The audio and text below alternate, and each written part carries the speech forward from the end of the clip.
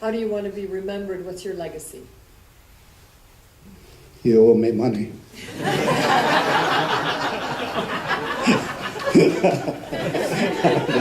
I don't know. I am known for not being a big spender. In other words, somebody said I'm cheap. The fact is, I do look at every penny. I look at every saving. That's my job right now. That's what Linda wants me to do. Linda and Jim. How can we find doing things better, and also how can we save? And of course, everything is bottom line. How do you measure success? Well, you got to measure it that you make a profit. Running a business and losing money, anybody can do that. Just look at this bookstore.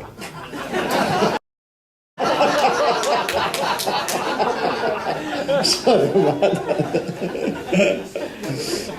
that. I don't know. Maybe we should change jobs sometime. It's interesting. The plants know what I do. I look for every penny. To save 1 cent on a part where we make 1 million parts, that equates to $10,000 a year. So if we can save 10 cents, okay, that's $100,000 on this one project. So everybody knows in the plan that I'm looking for every penny. And one day at the Eras plant, I think the Sartoris are here. One of the Sartoris, so I thought.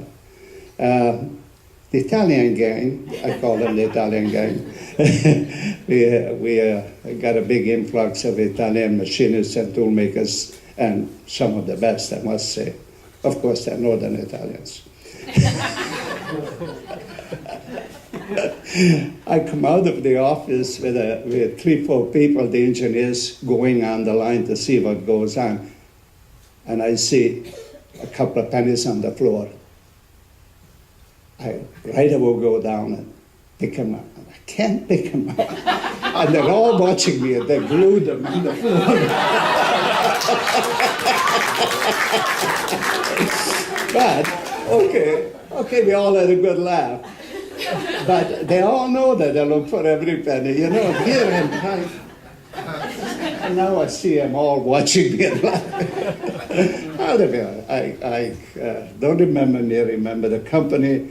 The company is going on. Linda took over about 8 years ago. Linda is the CEO. The best thing can happen if we grow the way we were growing in the past. You have to have a goal.